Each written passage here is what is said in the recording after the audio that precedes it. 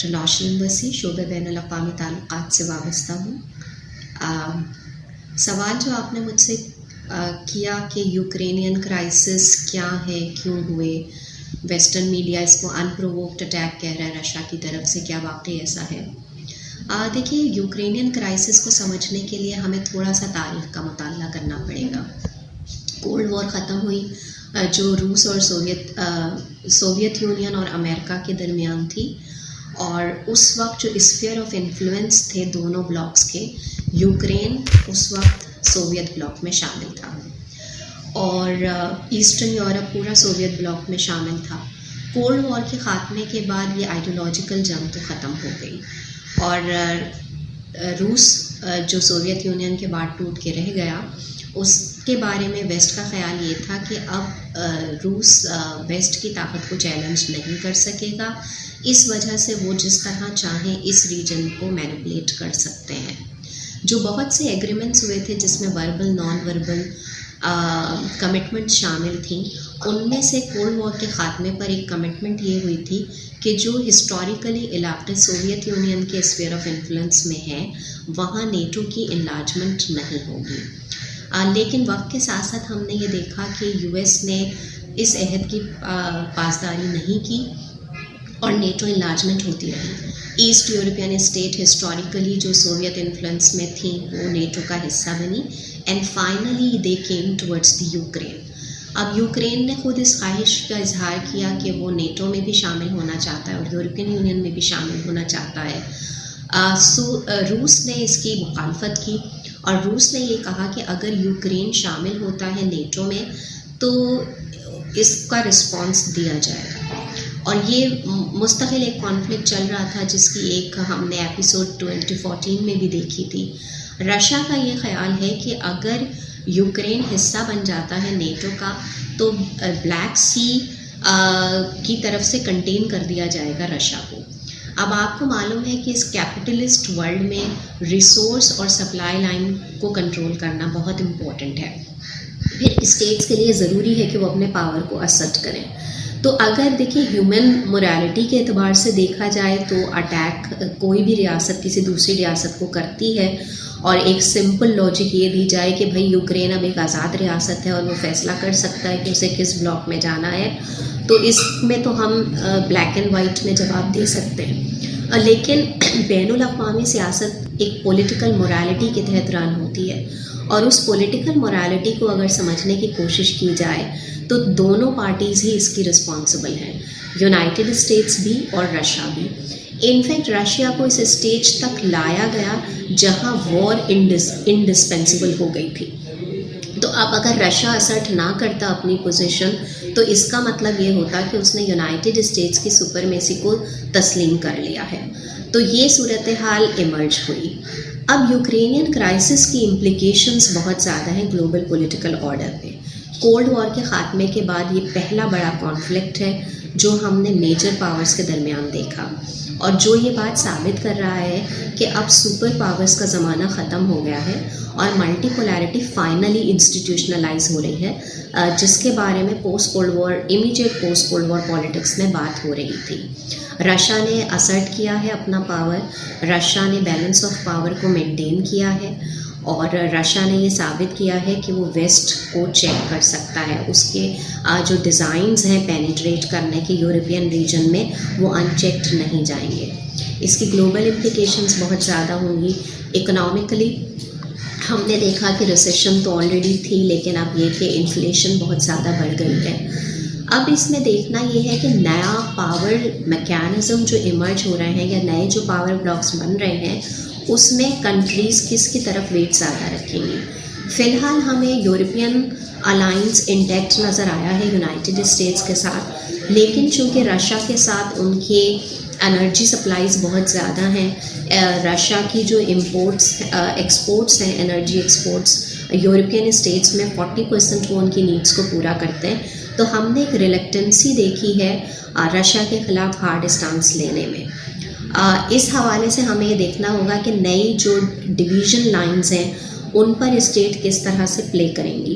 अच्छा, बहुत सारी रियासतों को जो ये समझ रही थी कि शायद ये ब्रिंकमैनशिप ही रहेगी और रशिया अटैक नहीं करेगा, उनके लिए मुश्किल हुई और उनको पोजीशन लेना पड़ी। एक हवाले से देखा जाए तो चाइना का किरदार भी इसी प्रिज्म में देखा जा सकता है।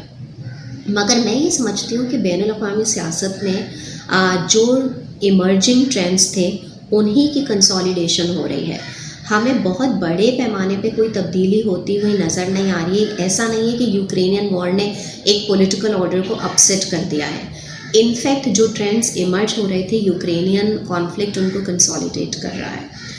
अच्छा, अब उसमें क्या होगा कि चूँकि एक कॉम्प्लेक्स इंटरडिपेंडेंस अब इस इकॉनमी, ग्लोबल इकॉनमी के ज़माने में जो डेवलप हुई है, उसने ये किया है कि जंगों के फ़ैसले भी बहुत ज़्यादा कॉम्प्लिकेटेड बना दिए हैं और जंगों में पोजीशन लेना किसी इवन अगर ये अनप्रोवोक्ड इन्वेजन भी होती तो भी जिन रियासतों के मफादात वाबस्ता हैं रशिया के साथ, उन्हें उसका साथ देना ही था।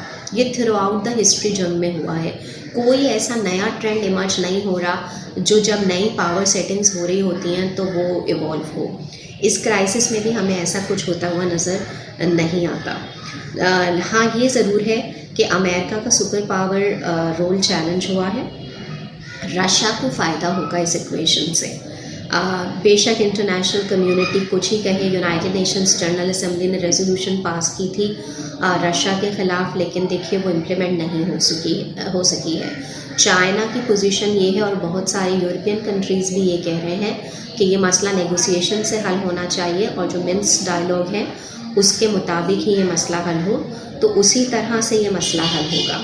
यूक्रेनियन लॉसेस बहुत ज़्यादा हैं ऑब्वियसली, और उसमें ये हुआ है कि Ukraine had become the proxy war theatre of United states and Russia.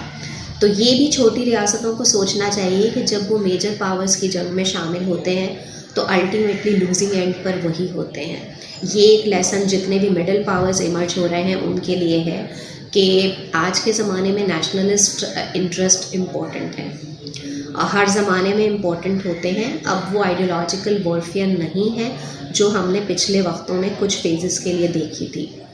एक बात जो मैं हाईलाइट करना चाहती हूँ जो यूक्रेनियन क्राइसिस से सामने आई है, वो लोग ये समझ रहे हैं कि it's the revival of the same cold war politics.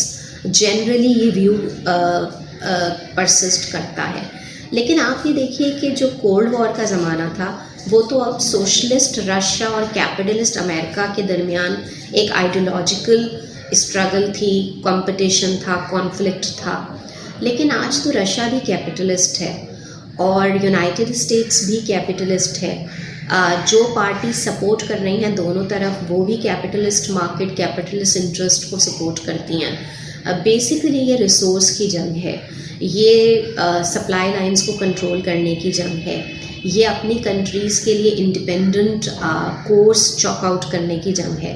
तो इसको आइडियोलॉजिकल कलर में समझना शायद थोड़ा सा प्रॉब्लमेटिक है। और फाइनली जो आपने पाकिस्तान के हवाले से बात की कि इत्तेफाक की बात है कि उस दिन पाकिस्तान के प्राइम मिनिस्टर रशिया के दौरे पर थे जब यह अटैक लॉन्च हुआ।